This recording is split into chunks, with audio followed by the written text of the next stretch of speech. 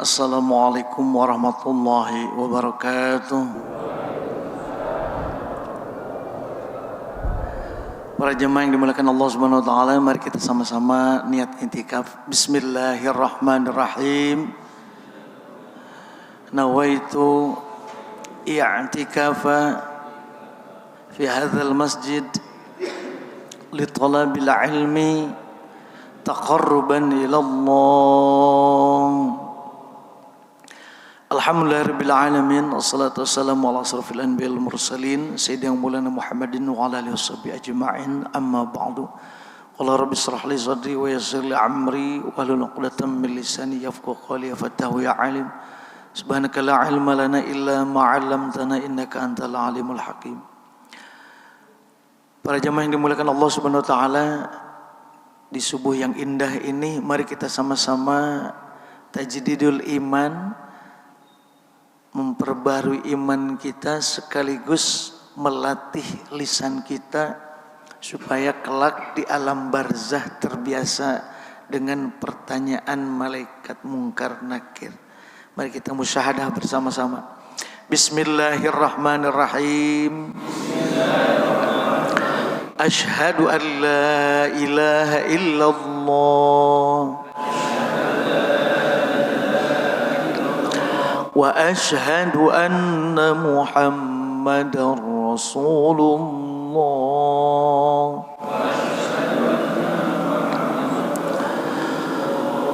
Raditu billahi rabba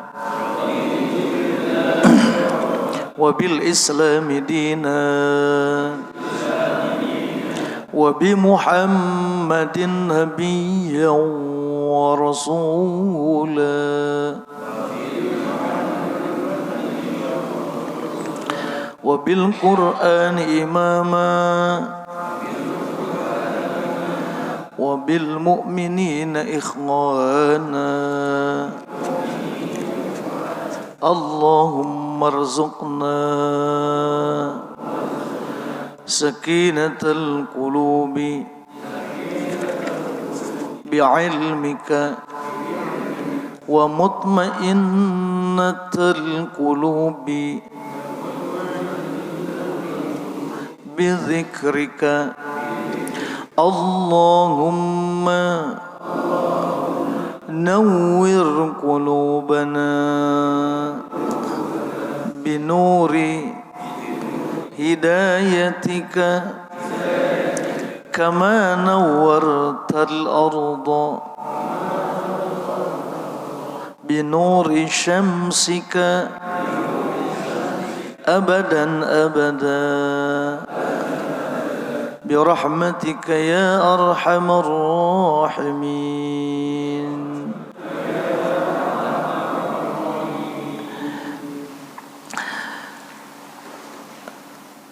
Alhamdulillah wa syukurillah, kita semuanya di pagi hari ini Allah berikan nikmat yang terbesar. Mudah-mudahan nikmat ini bisa memberikan energi yang baik, wabil khusus untuk keluarga kita semuanya.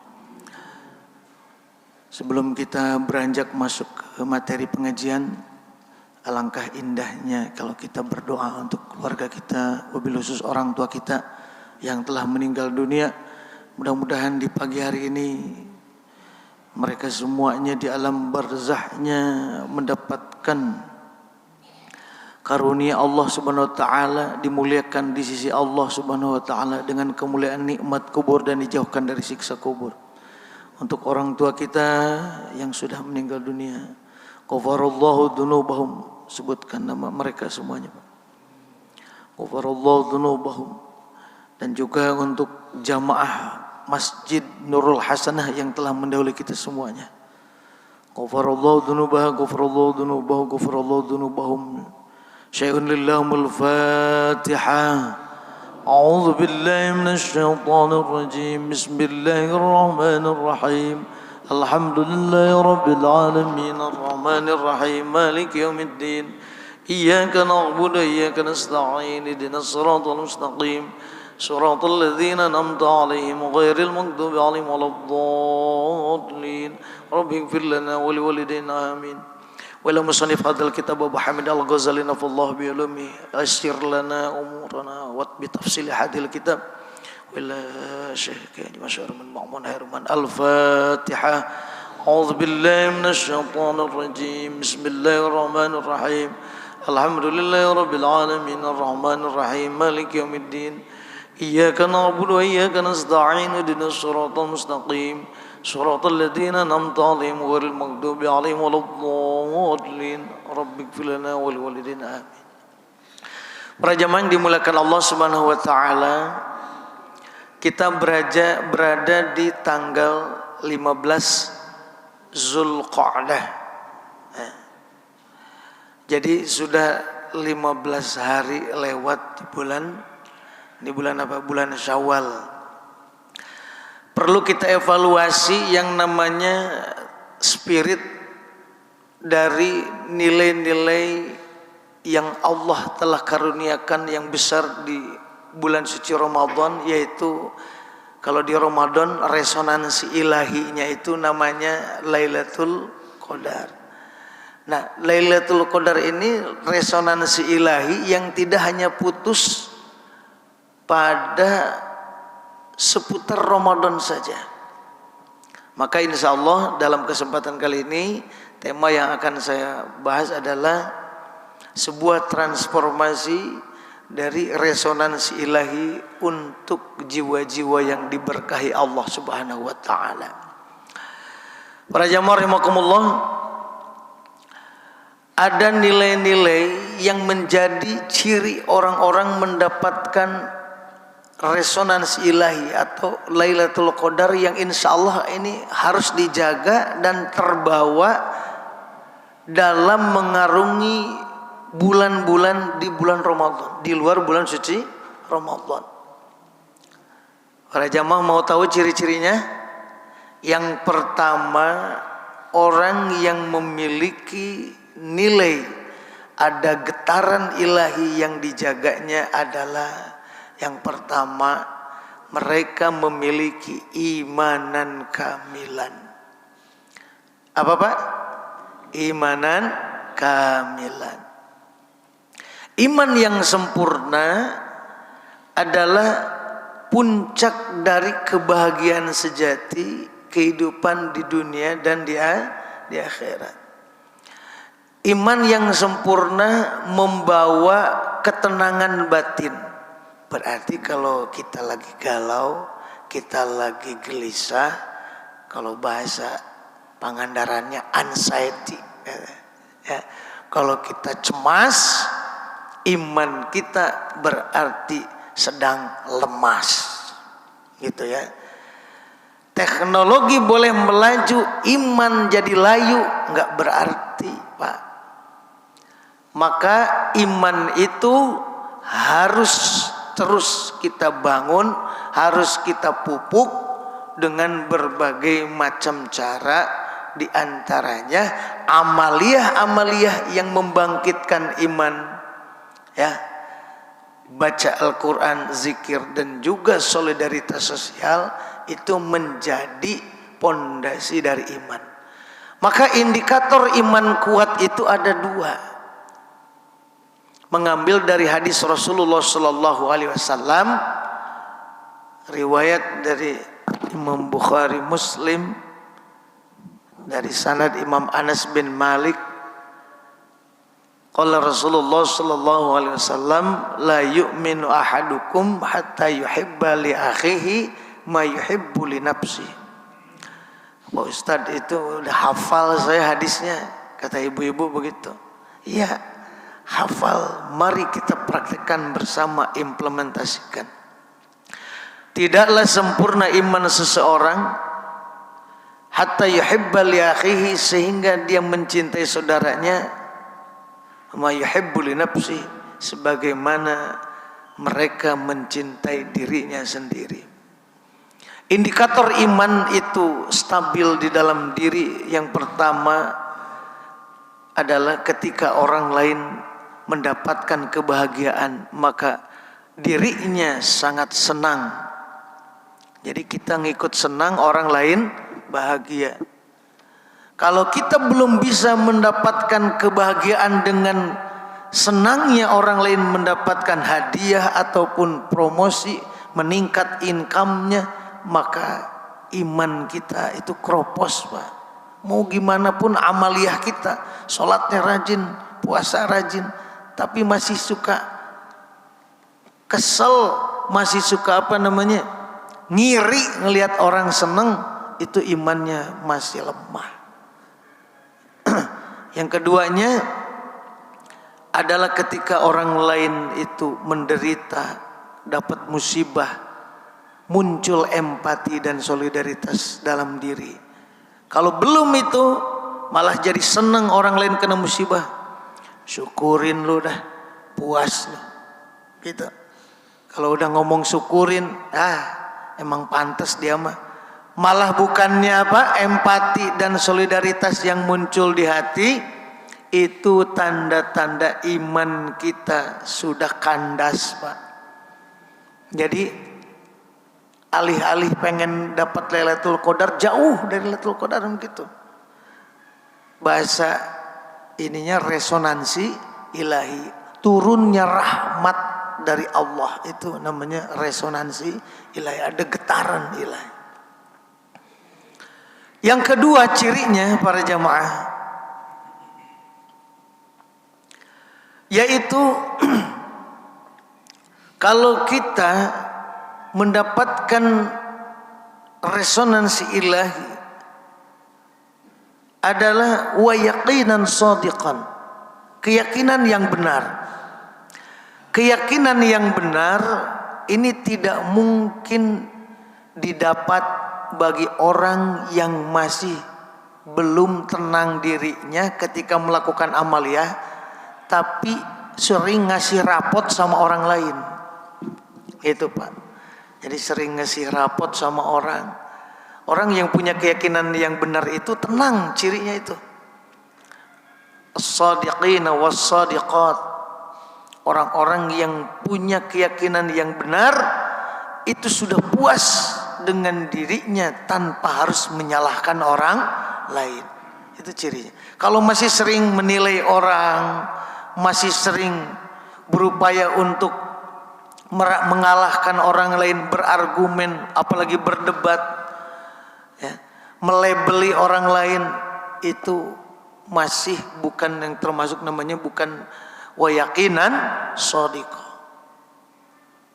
Yang ketiga adalah walisanan zakira. Orang yang punya lisan yang senantiasa berzikir. Lihat dari 24 jam mana kalimat-kalimat yang mengeluarkan energi baik atau lebih banyak yang keluar sia-sia. Emang ada energi, Pak Ustadz, dari kita. Nah, para jamaah rata-rata percaya energi itu kalau seperti sinyal HP, ya. Kalau ada wifi kita bisa WhatsApp, itu baru tahu ada energi, ada sinyal, walaupun tidak terlihat. Begitu nyangkut nggak bisa WhatsApp, nggak bisa buka YouTube, baru wah ini nggak ada sinyal. Dalam diri kita ada mic biasa nggak? Dalam diri kita ini ada energi, ya. Jadi dalam diri kita ini ada energi. Energi yang keluar dari manusia itu yang terlihat adalah dari kata-kata. Coba perhatikan baik-baik, perhatikan. Kalau kita ngomong gini, Pak Tatang, di jalan, Assalamualaikum Bu Haji, mau kemana? Mau ke pasar. Ya silakan Bu Haji, selamat berbelanja. Enak tuh responnya. Tapi kalau begini, di pasar papasan, Pak, ya, motor kita mau kesenggol, ngomonglah omongan yang kasar. Woi, sabar lu, sambil melotot. Responnya gimana? Pasti orang marah lagi. Itulah yang dinamakan energi. Bahwa kata-kata kita ini mengandung begitu besar energinya. Maka hati-hati dengan kata-kata.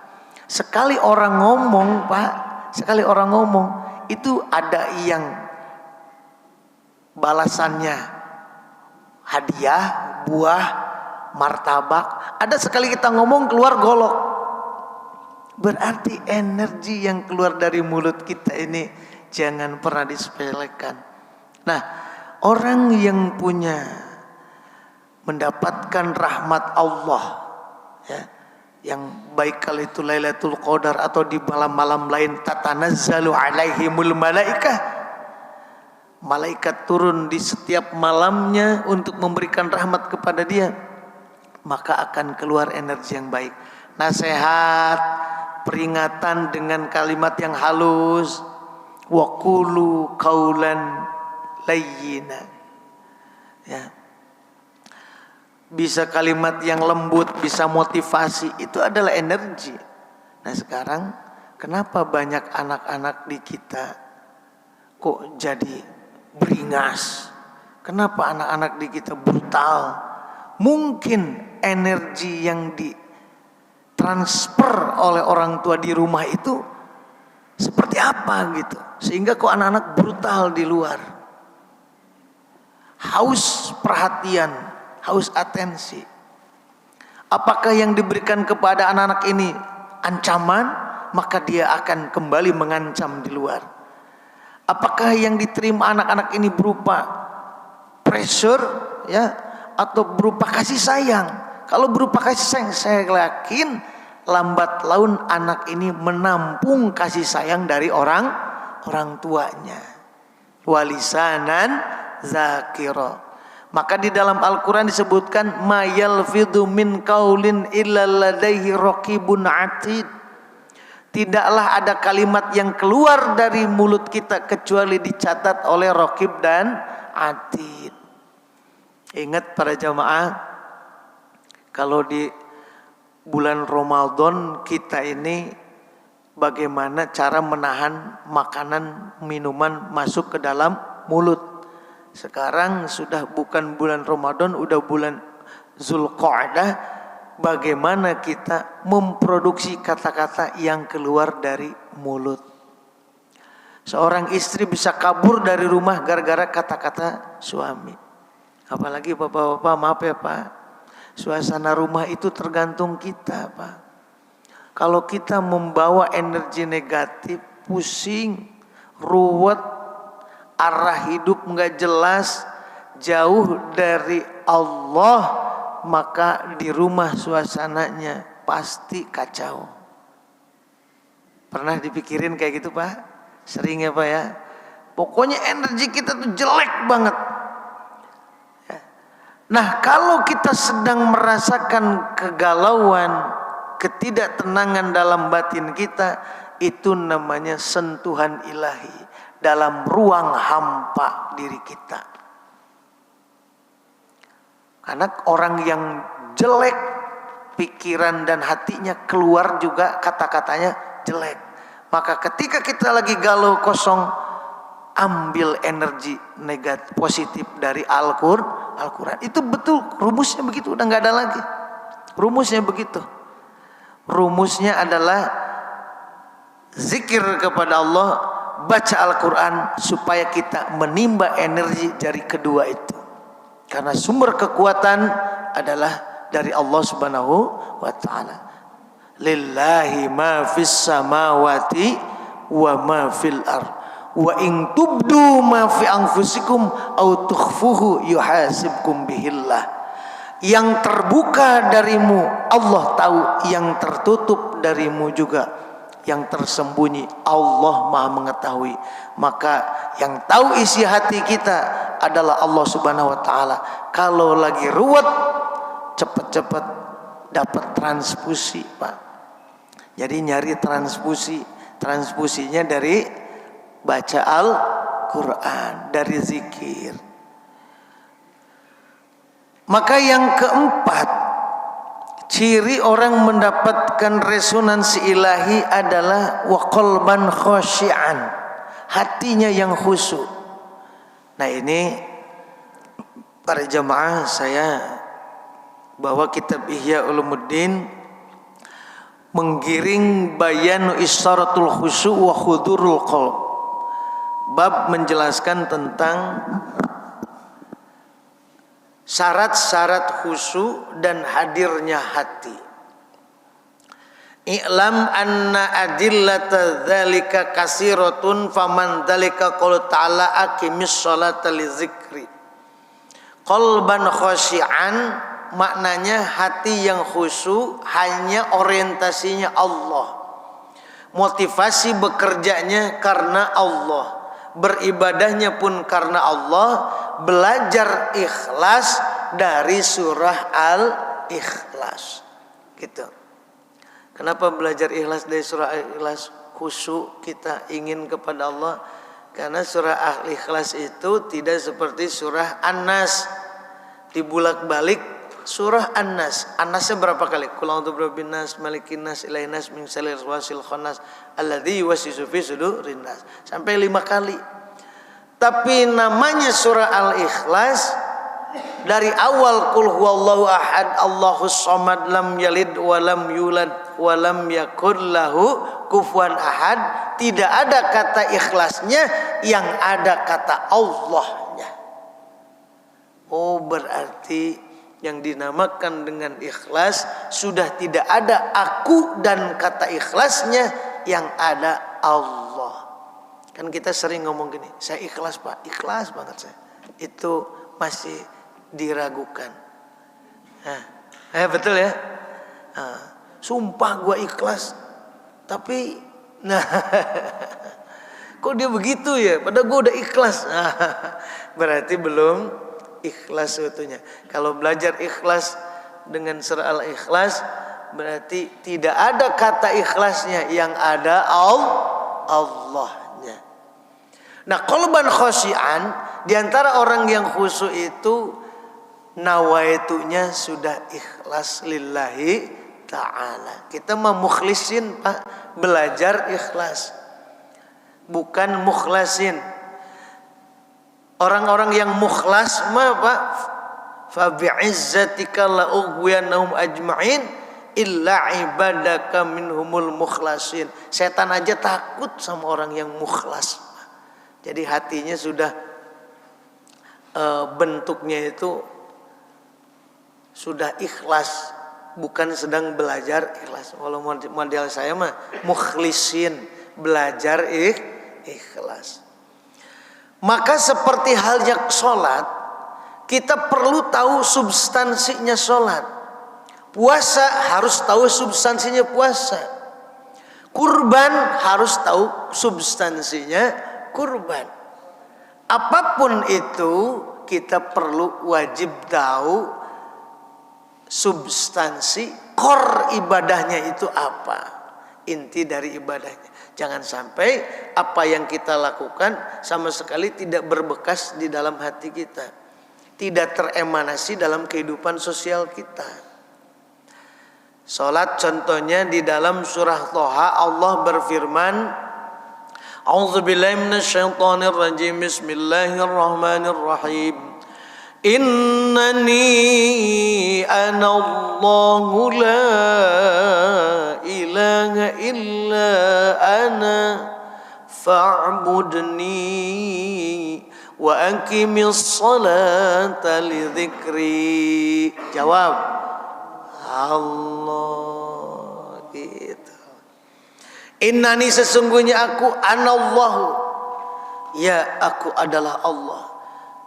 Ditegaskan lagi, la ilaha tiada Tuhan illa ana kecuali aku, fa'budni maka beribadahlah kepadaku, wa aqimis sholata li dzikri, maka cara ibadah terbaik dan tertinggi di mata Allah, aqimis sholata li dzikri, dirikanlah salat untuk mengingatku. Maka kata Imam Al-Ghazali, wa dhahirul amri al-wujub, zahirnya ayat ini untuk mewajibkan seseorang bahwa nawaitu ibadah itu untuk mengingat Allah. Tapi kadang-kadang kita lagi sholat aja lupa sama Allah. Gitu ya. Ini PR ya Pak ya. Wal ghaflatu tudaddu zikra. Ghaflah itu lawan dari kata zikir. Faman ghafala fi jami'i sholati kaifa yakunu muqiman lis sholati li dzikri. Barang siapa yang lupa dalam seluruh sholatnya, bagaimana dia bisa mendirikan sholat untuk mengingat Allah? Wah, kita mah sering banget katanya sholatnya sambil apa? Lupa. Bahkan sering lupa rakaat. Allah berfirman di dalam Al-Quran, wala takum minal ghafilin, dan janganlah kalian termasuk orang-orang yang lalai. Naha, ini tafsirannya kata Imam Al-Ghazali rahimahullah ta'ala, naha wa zahiruhu at-tahrim wa qalu ta'ala. Ini adalah larangan dan zahirnya ayat itu adalah at-tahrim, yaitu haram, tidak boleh kita ibadah dalam keadaan, atau larangan kita ibadah dalam keadaan lalai. Misalnya Bapak baca Quran sambil megang HP gitu Pak di pinggir. Yasin, baca Qurannya di handphone Pak. Yasin wal Qur'anil Hakim, notifikasi Shopee walah Shopee, notifikasi lagi Facebook Bu, pertemanan katanya seret, pengajuan pertemanan dibuka lagi, belum lagi WhatsApp ya, bunyi lagi, aduh nggak khusyuk itu namanya. Justru bagaimana ngaji Quran ini mau khusyuk kita tuh kalau misalnya notifikasi berdering terus. Sama kalau kita Pak Haji Rais duduk gitu, dicolek-colek nih pinggangnya nih, dikit lagi colek sama Kang Tatang, colek. Apa enggak pengen nengok gitu? Nengok. Sama otak kita dikelitikin terus sama notifikasi Pak. Lama-lama kan pengen nengok, betul? Iya. Makanya sebaiknya ngaji pakai mushaf. Udah ngaji pakai mushaf Pak Ustadz, tapi handphone di pinggir, sama aja itu. Nah, kenapa kita perlu khusyuk? Supaya melatih hati kita ini kembali konsentrasi. As-salatu mirarun, ya. Jadi di dalam ada sebuah hadis yang menyebutkan as-salatu miftahul qalb. Salat itu adalah pembuka hati. Hati yang keras, hati yang malas, itu dengan sholat. Ya. Bahkan sholat itu adalah ukuran kondisi hati kita nih lagi kemana gitu Pak. Ini lagi mikirin apa nih hati kita nih. Lihat di sholatnya. Oh kita tuh lagi mikirin ini, mikirin itu, mikirin ono. Nah itu kita ketahuannya lagi sholat gitu ya. Di dalam Al-Quran wala takum minal ghafilin, maknanya jangan sampai kita termasuk orang yang melakukan sesuatu tidak sinkron antara perbuatan dengan pikiran dan hati. Itu namanya orang yang lalai. Ya. Hatta ta'lamu ma taqulun, di dalam surah An-Nisa disebutkan lagi ayat 43. Sampai mengetahui apa yang dia katakan. Ya. Silakan ahlan wa sahlan Haji. Ayat ta'lilun linahyi sakran wa huwa muttaridun fil ghafil. Ini adalah menyebutkan alasan larangan untuk tidak mabuk ya, karena menjadi penyebab kuat orang yang lalai. Makanya ya, larangan mabuk itu pada zaman Rasulullah sampai 3 tahapan ya. Yas'alunaka 'anil khamri wal maisir qul fihima ismun kabiru wa manafi'u linnas. Udah, kita enggak usah jelasin itu dulu sebentar. Larangan mabuk untuk orang-orang yang mukmin itu diantaranya wala taqrabus shalah wa antum sukara. Jangan kau dekati salat dalam keadaan mabuk. Ya sekarang rubama la yashrabul khamar wa hum sukaro. Banyak orang yang tidak minum khamar tapi mabuk. Kira-kira mabuk apa, Bu? Hah? Minum khamar, narkoba mah kagak. Nah, tapi banyak orang yang pada mabok, lupa sama Allah. Di antaranya ketika sholat. Mungkin mabok apa? Mabok dunia. Ya, mungkin mabok apa lagi? Hah? Mabok janda. Mabok harta, mabok jabatan, gitu ya Pak ya. Nah, ini nggak ada yang mabok sini. Alhamdulillah, nggak Pak Ustadz, mabok mah enggak. Tapi kadang-kadang puyeng. Nah, pikiran puyeng itulah yang disembuhkan dalam sholat. Kenapa? Allah berfirman, wasta'inu bis sabri was sholat. Gitu Pak. Ya, termasuk orang yang subhanallah lagi kena penyakit, maka sholatlah. Maka sholat itu, para jamaah sekalian, tidak ada dispensasi, tidak ada dispensasi untuk ditinggalkan. Ya, tidak ada dispensasi untuk ditinggalkan. Tapi ada juga dispensasi untuk keringanan. Ya, loh, bagaimana kita bisa meninggalkan sholat? Di tengah-tengah kita sedang jalan jauh, tidak tahu alamat, sinyal hilang, apa makin gelisah nggak itu? Pasti makin gelisah. Kita lagi mau nyari Allah, kita mau mendekat kepada Allah. Kok tiba-tiba begitu sakit jadi nggak sholat? Makin putus itu sinyal. Makanya orang yang sakit sekalipun nggak bisa berdiri, duduk. Kalau dalam sholat wajib, maka berdiri itu wajib. Tapi kalau sakit boleh duduk. Tapi kalau dalam sholat sunat, tidak sakit pun boleh duduk. Tapi di pelajaran sebelumnya, kalau yang duduk nisful qaim pahalanya. Yang duduk itu pahalanya setengah dari yang berdiri. Sekali lagi, kalau dalam sholat wajib mah ya wajib berdiri. Kalau tidak kuat, kakinya sakit, boleh duduk. Tapi kalau dalam sholat sunat, sekalipun dia kuat, pengen duduk, sholat boleh, ya. Gitu. Maka para jamaah sekalian, al-ilaj lil qalbi, di antara treatment untuk menyembuhkan hati kita itu adalah dengan sholat. Wah Pak, kasihan banget Pak. Banyak pasien yang tidak diajak sholat sama yang nunggunya. Padahal ahli masjid Nurul Hasanah. Tapi begitu sakit seminggu nggak sholat. Udah mepegel, sakit meriang, kena air dingin. Ternyata tidak mencari alternatif lain.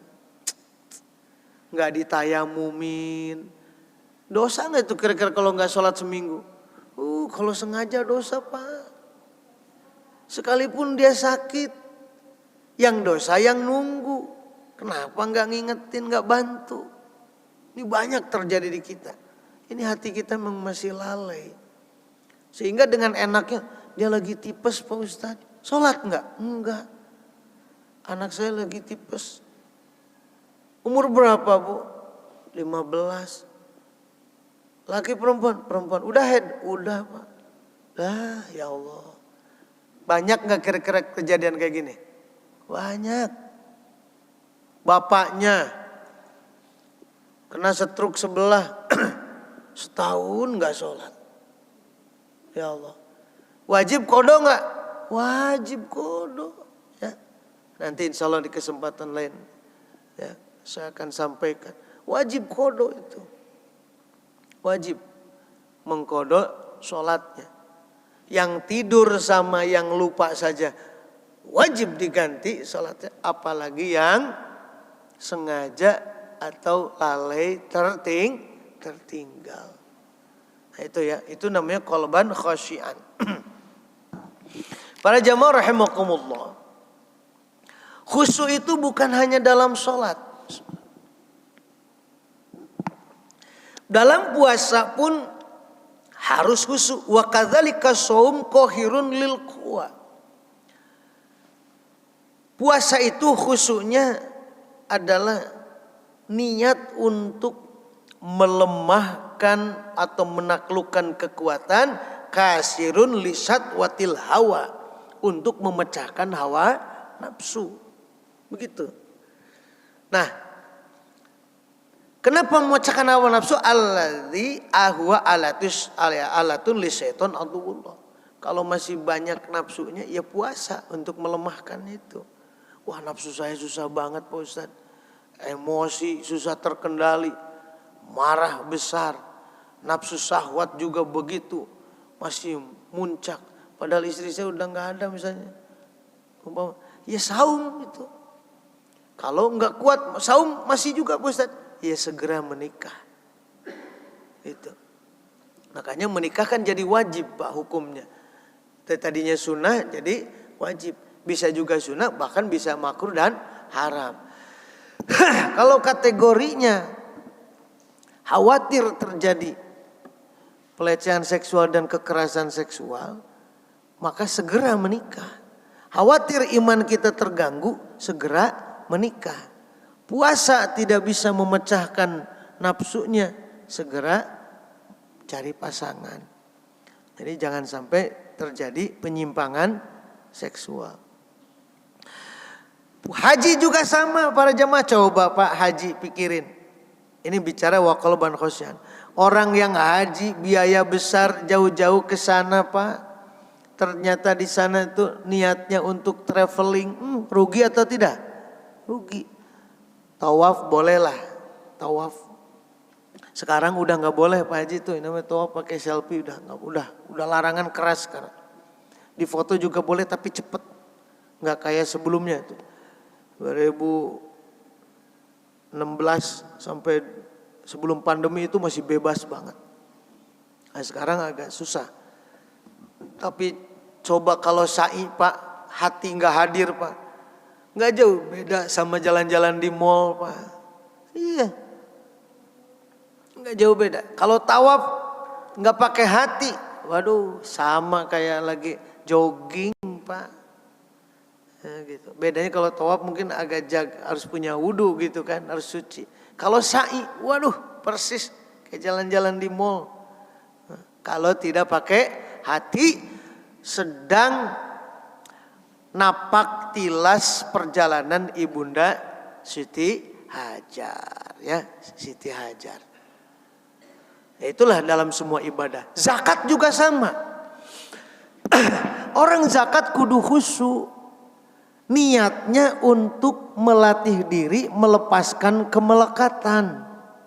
Itu pelit-pelit banget, penyakit hati itu pelit.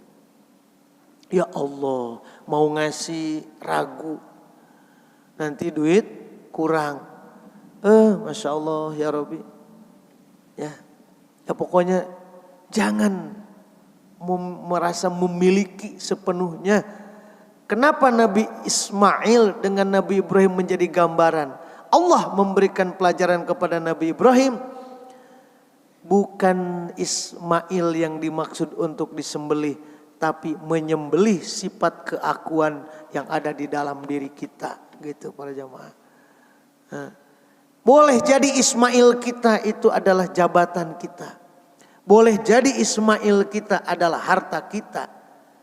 Boleh jadi Ismail kita adalah kedudukan kita. Siapa yang tahu? Itu yang harus disembelih. Ya, karena berat Pak. Kalau kita bilang la haula wala quwata illa billah, itu kalau lagi di atas perahu badai datang, seolah-olah kita tuh nggak memiliki apa-apa. Tangan yang biasa jadi kekuatan, semua menakutkan. Baru di situ la haula tuh berasa, betul gak Pak? Di tengah badai misalkan.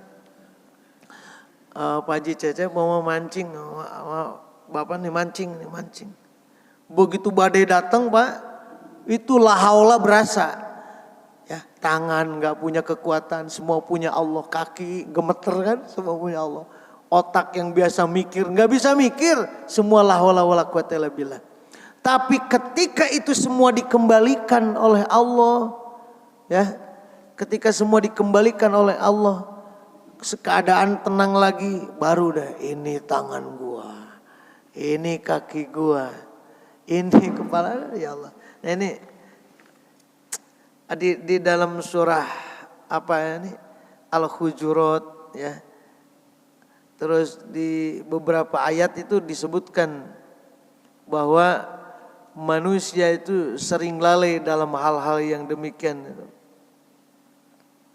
Jadi kalau sudah dikembalikan lagi kepada kekuatan asalnya, mereka lalai lupa kepada Allah Subhanahu wa taala. Semua nikmat adalah milik Allah Subhanahu wa taala. Maka ketika idza massakumud durr, bila mana kena kepada mereka kemadaratan, fa ilaihi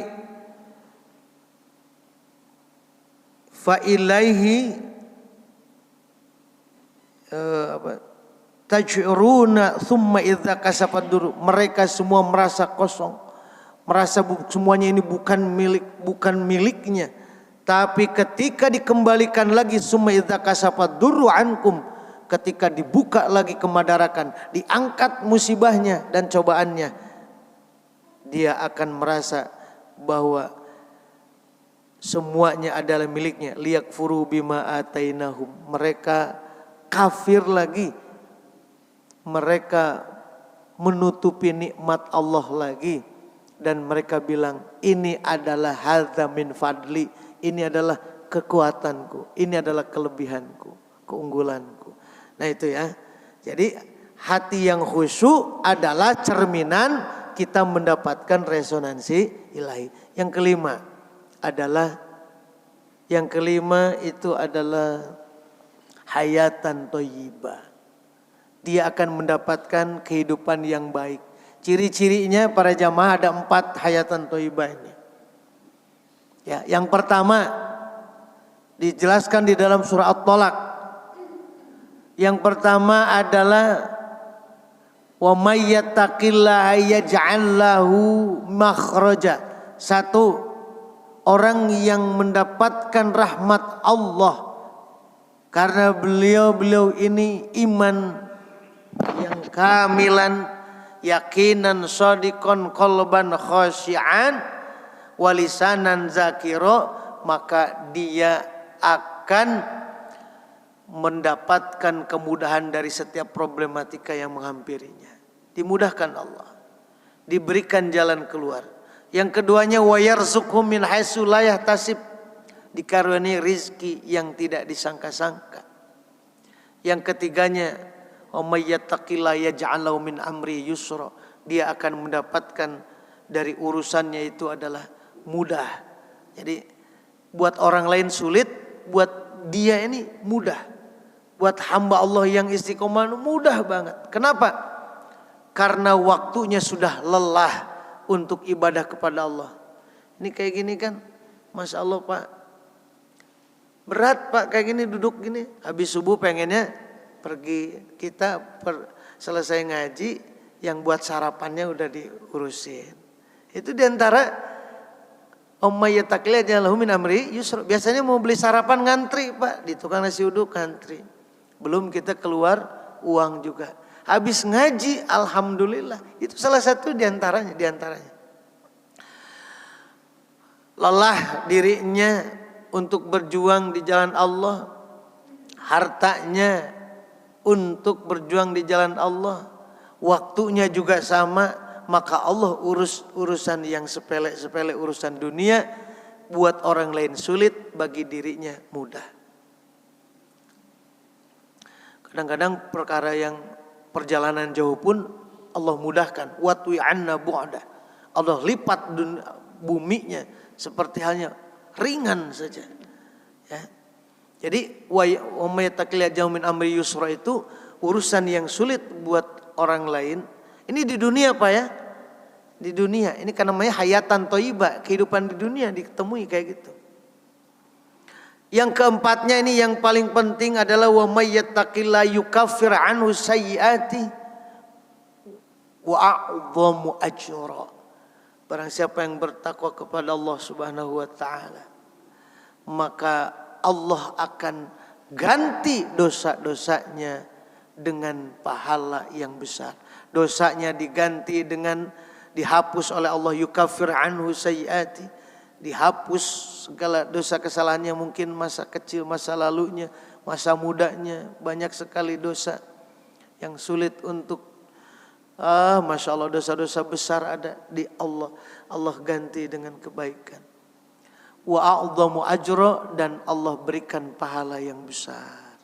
Nah itu semua yang mendapatkan rahmat Allah Subhanahu wa taala, yang dijaga tidak hanya di bulan suci Ramadan, tapi di bulan-bulan berikutnya, di saat ini sampai nanti sebentar lagi insya Allah Idul Adha. Jadi akan terus bertumpuk. Jadi setiap bulan itu Allah selalu ngasih door prize yang hebat. Ya, puncaknya di bulan suci Ramadan. Nah, mampukah kita menjaga itu semua? Menjaga lisan, ya, supaya tidak keluar kata-kata yang tidak enak. Minal hadyan wal kidbi wal ghibah, dari bohong, dari mencaci maki, wal ghibah wal khusumah, permusuhan, ya, wal mungkarat, dari kemungkaran, wal bahsa wal fahsa. Yang kayak gitu, bisa nggak mulut kita ini bermanfaat, energinya energi positif? Jika itu bisa kita lakukan, insya Allah kita yang mendapatkan Lailatul Qadar. Jadi Lailatul Qadar ada terus, Pak. Ya, insya Allah. Namanya Lailatul Qadar dimaknai dengan secara universal gitu, Pak. Maknanya Lailatul Qadar secara universal itu bagaimana keberadaan kita itu bisa menjadi rahmatan lil alamin. Gitu ya. Rahmatan lil alamin. Wa ma arsalnaka illa rahmatan lil alamin. Itu mana Lailatul Qadar yang sebenar-benarnya. Sampai kapanpun, kemanapun, dimanapun, berusaha untuk bisa bermanfaat, membawa rahmat, membawa kebaikan, menjadi solusi atas segala problematika umat. Bukan kita datang malah jadi beban. Nauzubillah min dzalik. Wallahu alam. Sampai di situ barangkali ada pertanyaan, silakan. Ya. Silakan. Singkat, padat, Pak. Bismillahirrahmanirrahim. Assalamualaikum warahmatullahi wabarakatuh. Waalaikumsalam warahmatullahi wabarakatuh. Tadi dijelaskan oleh Ustadz Kamil perihal masalah pelaksanaan haji, mungkin saja sepintas. Yang kedua terkait dengan masalah dosa. Dua hal ini yang saya tanyakan. Pertama, untuk haji, bukan hal pertanyaannya. Untuk yang pertama ini barangkali penjelasan supaya tahun depan mungkin jamaah kita ada yang mau pergi haji, ya diberi kesempatan supaya jangan salah dalam melaksanakan ibadah haji. Ya, yaitu mengenai tentang pelaksanaan jamarat atau jumrah, baik dari Ula sampai Aqobah, dan juga dengan sa'i dan tawaf. Terkait dengan dua hal tersebut, kenapa untuk yang jamarat itu dapat dibadalkan, namun untuk tawaf dan sa'i tidak dapat dibatalkan atau apa? Tidak dapat dibadalkan. Itu yang pertama ya. Yang pertanyaan keduanya, sebelum saya kedua pertanyaan tentang dosa, di dalam hal ini ada beberapa jamaah pada waktu, sedikit informasi aja, pada waktu saya bawa jamaah itu ada yang bersikeras bahwa dia ingin membayarkan dam saja pada waktu saat jamarat. Nah, itu mohon di penjelasan. Yang kedua pertanyaannya adalah mengenai tentang dosa. Terkait dengan dosa, bahwa tadi Ustadz menyampaikan bahwa dosa bisa dihapuskan dengan diganti maghfirahnya Allah. Nah, terkait dengan itu ada dosa yang tidak maksud saya dosa diampunkan namun tidak dihapuskan. Nah, dalam hal ini dosa yang bagaimana yang tidak dihapuskan, tidak dihapuskan dalam catatan namun diampuni oleh Allah. Sekian dan terima kasih. Wassalamualaikum warahmatullahi wabarakatuh. Waalaikumsalam warahmatullahi wabarakatuh. Yang pertama, kenapa jumroh itu boleh diwakilkan? Ya, Terus kalau dibadalkan, kalau tawaf sama wukuf apa? Tawaf. Nah, kalau yang berupa gini, kita harus insya Allah ya para jamaah yang sudah haji, yang sudah umroh pada paham. Ini hanya mengingatkan aja. Kalau yang berupa rukun haji itu tidak bisa dibadalkan. Karena kalau rukun haji itu harus mengulang hajinya. Berbeda dengan wajib haji. Jadi jumroh jamarat itu, melempar jumrah itu termasuknya wajib haji. Ya, wajib haji pada tanggal 10, 11, 12, 13. Jadi di hari tasyrik. Gitu. Jadi kalau misalnya yang tiga wajib haji tidak membatalkan haji, tapi mengakibatkan harus adanya, kalau ditinggalkan bisa dam atau dia bisa puasa 3 hari di Mekah, 7 hari di kampung halamannya. Nah, tapi kalau wajib haji harus mengulang haji. Soalnya nggak wukuf ya. Jadi al-hajju Arafah. Semacam itu. Tawaf juga sama. Maka di dalam haji pun ya para jamaah harus ada khusyuk gitu tadi itu. Melempar jamarat kan kayak bercanda-bercanda aja kan. Kalau hati yang gak khusyuk mah. Ada yang terlalu khusyuk banget sampai pakai sendal gitu. Ya. Yang kedua, ada tadi apa katanya? Dosa yang diampuni. Nah, itu dalam apa itu? Dalam keterangannya dalam konteks dimana ya, kalau yang tadi dijelaskan itu di dalam surah At-Thalaq, kalau yukafir anhu sayyiati, itu dihapuskan dosanya. Jadi wa may yattaqillah yukaffir anhu sayyiati wa a'zamu ajra. Jadi entah dihapuskan, diampuni saja atau dihapuskan, itu ke manusia Pak. Kalau Allah itu dihapuskan, diampuni ya dia dihapuskan. Karena begini, manusia itu ada 3 tahap dia diampuni itu. Perintahnya fa'fu anhum. Nah, ampuni dosa saudaramu. Jadi bukan urusan dengan Allah ini ya.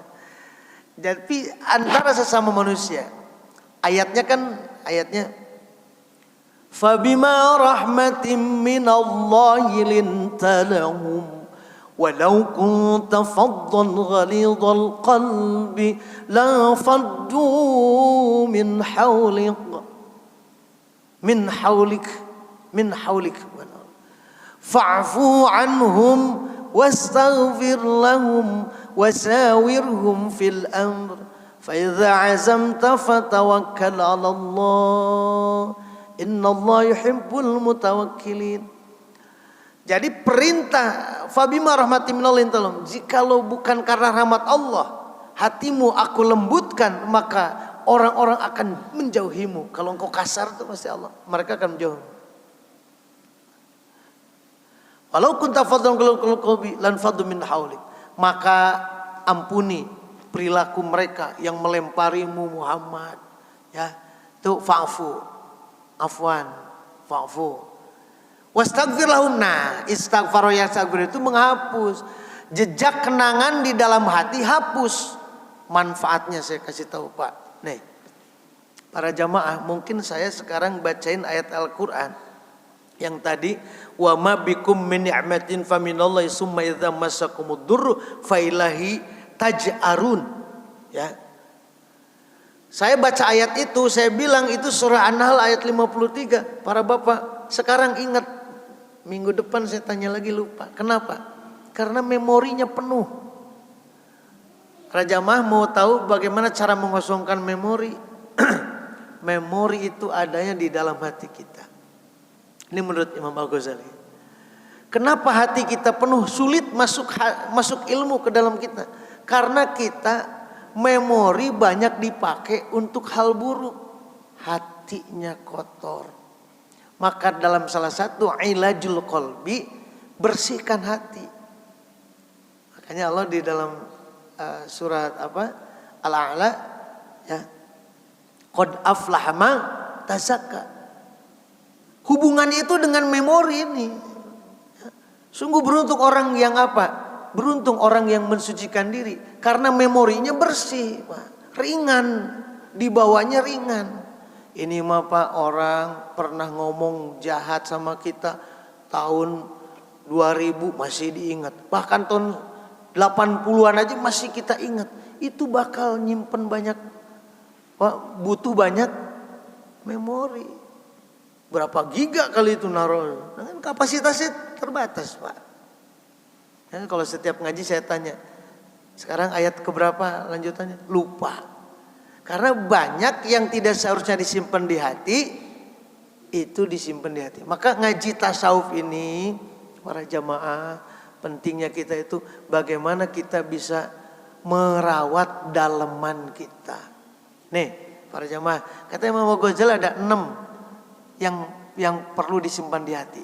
Artinya selain yang ini jangan disimpan di hati. Tapi 3 yang paling penting. 1 ilmu, ya. 2 nasihat, 3 adalah kebijaksanaan, kalimat bijak. Gitu. Ilmu, nasihat, ya. Maaf. Ilmu, nasihat sama cinta.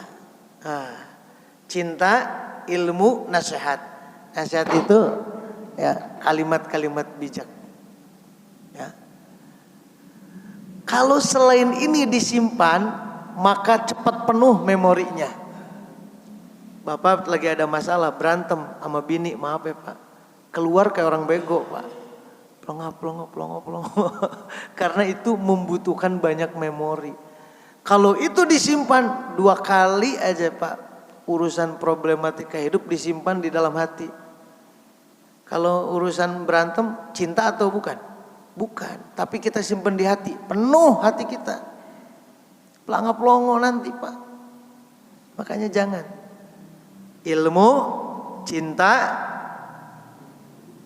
nasihat. Di situnya sih ilmu, al-hub, ya, al-ilmu, al-ma'rifah. Ya, itu yang disimpan di hati. Makanya kalau misalnya ada masalah-masalah yang buruk itu, sorry ya. Telinga kita boleh sakit Pak, dengar kata-kata orang. Mata kita boleh sakit, tapi jangan izinkan hati kita juga ikut sakit. Paham? Mobil kita kesenggol boleh. Aduh, nyesek banget mobil baru aja dicet.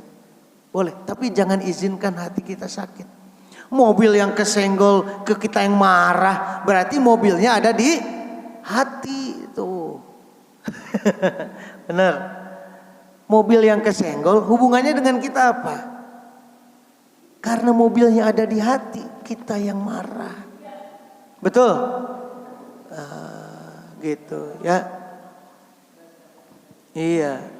Anak kita yang kesenggol, yang dihina atau apa, kita yang marah banget. Kata saya gini, Pak. Ini nasihat-nasihat para ulama ahli tasawuf. Boleh telinga kita sakit, boleh mata kita sakit, tapi jangan izinkan hati kita sakit. Ya, baik, terima kasih. Gitu ya Pak Haji ya. Ya, silakan Pak. Ada lagi pertanyaan? Alhamdulillah. Kalau tidak ada, barangkali itu saja dulu yang bisa saya sampaikan. Ya, tadi kesimpulannya yang pertama, yang mendapatkan Lailatul Qadar dan resonansi ilahi di bulan-bulan berikutnya adalah orang yang imanan kamilan, orang yang yaqinan shadiqa, orang yang lisanan zakira, orang yang qalban khashi'an, dan yang kelima adalah orang yang memiliki hayatan thayyibah. Hayatan thayyibah cirinya mendapatkan 4 keunggulan. Yang pertama adalah mereka yang mendapatkan solusi dari setiap masalahnya, rezeki yang tidak disangka-sangka, dimudahkan setiap urusannya, dan juga Allah akan hapus dosanya dan diganti dengan pahala yang besar nanti fid dunya wal akhirah. Terima kasih. Kita tutup dengan doa kifarat majlis. Subhanakallahumma bihamdika asyhadu an la ilaha illa anta astaghfiruka wa atubu ilaik. Tadinya kalau sempat saya mau menerangkan tentang masalah kurban ya, tapi waktunya enggak keburu. Ya, saya udah bawa kitab Fathul Qorib, ya, nanti lagi lah waktunya. Allahu a'lam. Allahumma shalli ala nabiyyina syafina maulana wa sallim wa radallahu tabaraka taala kulli sahabati rasul ajma'in. Amin ya Allah ya rabbal alamin syakina fi namika fi mazidah. Ya rabbana lakal maqam min baqi li jalikal karim azim sultanik. Allahumma shalli wa sallim ala sayyidina Muhammadin salatan tunjina min jamil ahwali wal afat taqulana bi jamil hajat. Wa tutahhiruna bi min syai'at balaguna wa saghati min kharati fil hayati wa innaka ala kulli syai'in qadir. Rabbin fa'alim alam tan rabbi alimna alladhina fa'nuru fakinu fakihana qarabati lana fi dinina tawassalna bi ta'limin anta rizqana alwasi'a wa anta rizqana al-amana rabbana atina fid dunya hasanatan wa fil akhirati hasanatan wa qina adzabannar subhanaka rabbil izzati amma yasifun wa salamun alal mursalin alhamdulillahi rabbil alamin. Al-Fatihah. A'udzu billahi minasy syaithanir rajim. Bismillahirrahmanirrahim. Alhamdulillahi rabbil alamin. Kemudian iyyaka na'budu wa iyyaka nasta'in shiratal mustaqim shiratal ladzina an'amta 'alaihim. Lanjut dengan musafahah. Demikian, terima kasih. Assalamualaikum warahmatullahi wabarakatuh. Sallallahu ala Muhammad sallallahu alaihi wasallam. Sallallahu ala Muhammad sallallahu alaihi wasallam. Sallallahu ala Muhammad sallallahu alaihi wasallam. Sallallahu ala Muhammad sallallahu alaihi wasallam. Sallallahu ala Muhammad sallallahu alaihi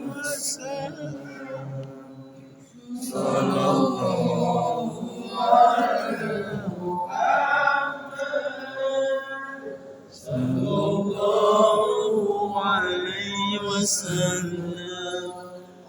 Sallallahu ala Muhammad sallallahu alaihi Sallallahu ala Muhammad sallallahu alaihi wasallam.